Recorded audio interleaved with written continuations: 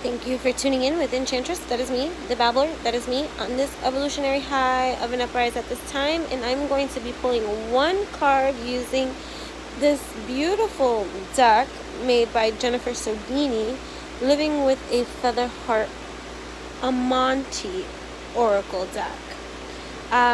Deep in Earth's heart lie the halls of Amenti, far neath the islands of sunken Atlantis. Halls of the dead and halls of the living, bathed in the fire of the infinite all, the emerald tablets of Thoth.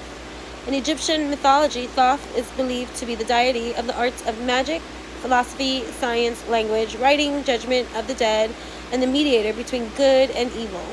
His feminine counterpart is the goddess of wisdom and writing, Shishat, and his wife is Ma'at.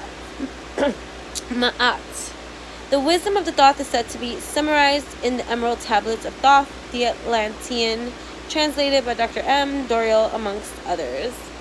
Okay, so I am, for this new moon, although this message is timeless, am going to pull one card that is going to explain.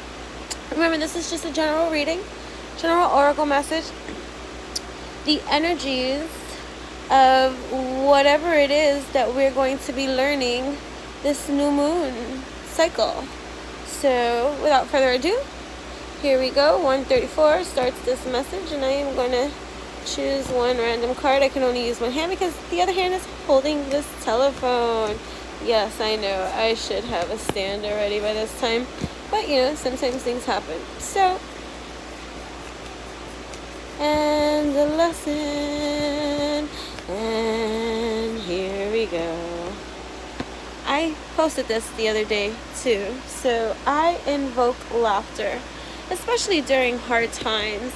You know, I used to wonder to myself of how silly I can be, that in times of serious matters, so it would seem, that I would giggle in some kind of way, or not be able to hold myself serious and bring in this laughter in some kind of way. So hold on, what page is this one on? Because I do want to read it from the book. It's just interesting because it's card number 26, kind of, or over here. Or is that page? I don't know. We'll see right now. Okay, so it's not page, it's card 26, which, when I was thinking about giving an example of some place that I was maybe inappropriate with laughter that I can even recall, was maybe not here, my mother's funeral.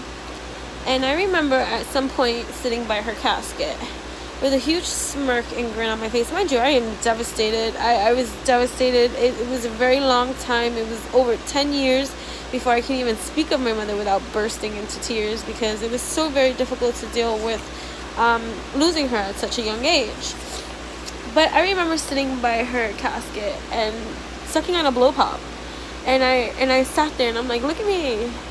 This is all mind chatter, mind you. Sucking on a lollipop. Joking around. My mother just died. And stuff like that. So, you know, as an empath and as someone that transmutes a lot of negative energy, because I empathically receive or have dealt with many experiences that have caused me to transmute many things that is difficult for our human species to transmute, and realizing the bigger picture of my positioning here in being able to do such things. I invoke laughter. I invoke humor. Humor is one of my grandest tools that I so on an everyday basis use, because it is masterful in its energetic delivery, because you can go from level low vibration 1 to level high vibration 10, you know. So to invoke laughter is to tickle the heart, calling forth a sacred smile. It is an invocation of the inner child that lays dormant within every human soul. In honoring this virtue, you find resonance with what can be best described as the medicine of the sacred clown, also known as the Hioka in Lakota tradition, or the crazy wisdom in Tibetan belief systems. This type of shamanic healing and or healer reminds us that it is okay to be silly, that it is fun to be funny, and we don't need to overthink, overanalyze everything, because in times of pandemonium, satire can help us laugh through controversy. You ever walk into a room and the room is just doom and gloom, and you're the bright spark that comes into this place, like the jailbird set free, running around, changing this space, leveling it up and brightening the mass energy that's surrounding. That's a lot of work for those that do this kind of transmutation work, transforming the energies all around you, when the most dominant can be so melancholic or sad or depressive or angry or whatever.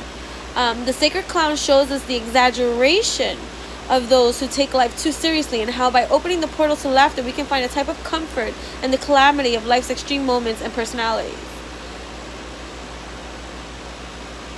To levitate deflates the ego while inflating the heart with hilarity. Invoking a cosmic giggle is an infectious antidote to the denser moments in our three-dimensional reality. Some say it is better to be feared than loved, but if love is the truth and fear is the greatest lie, we would be allowing a lie to trump the truth. To invoke fear is to dishonor the virtue of laughter and live in a lie of our own creation.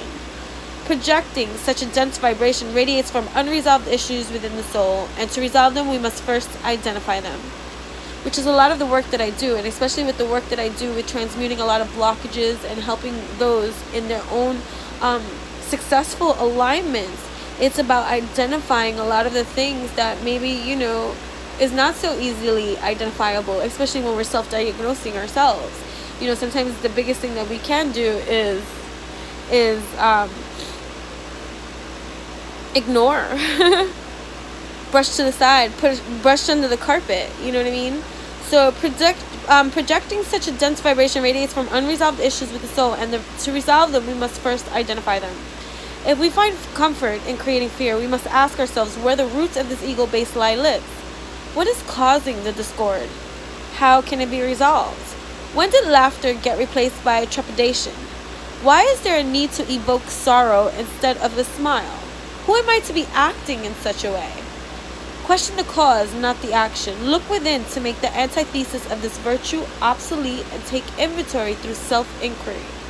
Find time for connection to the heart space by nurturing the inner child and remembering the healing light of levity. Thank you for tuning in with Enchantress. That is me, TheBabbler. That is me on this evolutionary high of an uprise at this time. May this message resonate with you, mind, body, heart, and soul. Truth be told, may you take things from this channel and use it for your most abundant growth, evolution, elevation, whatever it is that's going to bring you these cosmic happiness, positive vibrations and sensations to just infiltrate your whole entire being. I thank you for meeting me here in this space, in this place. I honor you, mind, body, heart, and soul. We are free to be, to just simply be. Namaste until we meet again.